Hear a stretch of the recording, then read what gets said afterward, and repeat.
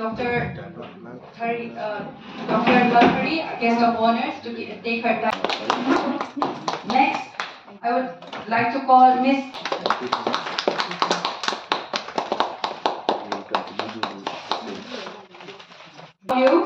from Tamenglong, designation project coordinator. Next we have evening na ganchi liu pan mai Tamenglong dagi ne ai ngasi asi program se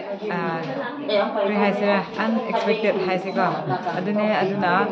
asi ai bu felicite tawbi si yam nungai habdi asi gumma se ai gi khakta nate aduga mi miyam gi dama tawbi ne habdu ai gi district gi dama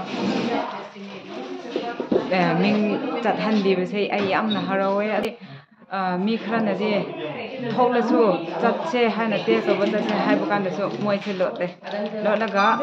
aikhoi bu phau chang hande aduga aikhoi na tapna tam ko jang se hai bukan da wari se phajane li wana te so nga su challe adu matam da te so thopa positive tawba